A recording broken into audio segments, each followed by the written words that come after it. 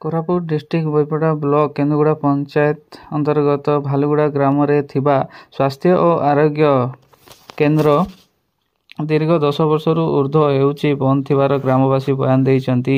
ଏହି ସ୍ୱାସ୍ଥ୍ୟ କେନ୍ଦ୍ରରେ କାର୍ଯ୍ୟରେ ଥିବା ଷ୍ଟାଫ୍ ମଧ୍ୟ କାର୍ଯ୍ୟରେ ଆସୁନଥିବାର ଜଣାଯାଇଛି। ଏହିସବୁ ପାଇଁ ଗ୍ରାମବାସୀ ବହୁତ ସମସ୍ୟାର ସାମ୍ନା କରୁଛନ୍ତି ବୋଲି କହୁଛନ୍ତି। କୋରାପୁଟ ଡିଷ୍ଟ୍ରିକ୍ଟର ଏକ ଆଦର୍ଶ ଭିଲେଜ ଭାଲୁଗୁଡ଼ାରେ ଏହି ସମସ୍ୟା ଦେଖିବାକୁ ମିଳିଛି। ଦୀର୍ଘ 10 ବର୍ଷରୁ ଉର୍ଦ୍ଧ୍ୱ ହେଉଛି। ଆଜ୍ଞା ଗ୍ରାମବାସୀଙ୍କ ବୟାନ ନେବା ଏହି ହେଲ୍ଥ ଆଣ୍ଡ ଆରୋଗ୍ୟ କେନ୍ଦ୍ର ବିଷୟରେ। ତ ଆମର ଭାଲୁଗୁଡ଼ାର ଜଣେ ପ୍ରଫୁଲ୍ଲ ମାଝୀ ଭେଟିଆଟ ହେଇଛୁ, ତ ତାଙ୍କର ମତାମତ ଟିକେ ନେବା ଆଉ। ହେଲେ ଆଜ୍ଞା ସ୍ୱାସ୍ଥ୍ୟ କେନ୍ଦ୍ରଟା କେତେ ଦିନ ହେଲା ବନ୍ଦ ଅଛି? 10 ବର୍ଷ ହେଲା ଆଜ୍ଞା ବନ୍ଦ ହେଇଯାଇଛି। ଏନେ ମାସ ନାହିଁ କିଛି ନାହିଁ, ଖାଲି କ୍ୱାର୍ଟରଟା ଅଛି ଏଠି ଭାଲୁଗୁଡ଼ାରେ। ଟା କେତେ ଦିନ ହେଲା ବନ୍ଦ ଅଛି? ଘରଟା ବନ୍ଦ ଅଛି 10 ବର୍ଷ ହବ। କ'ଣ ପାଇଁ ବନ୍ଦ ଅଛି? କ'ଣ ପାଇଁ ସେ ଦିଦି ତ ଆସୁନାହିଁ ଆରି।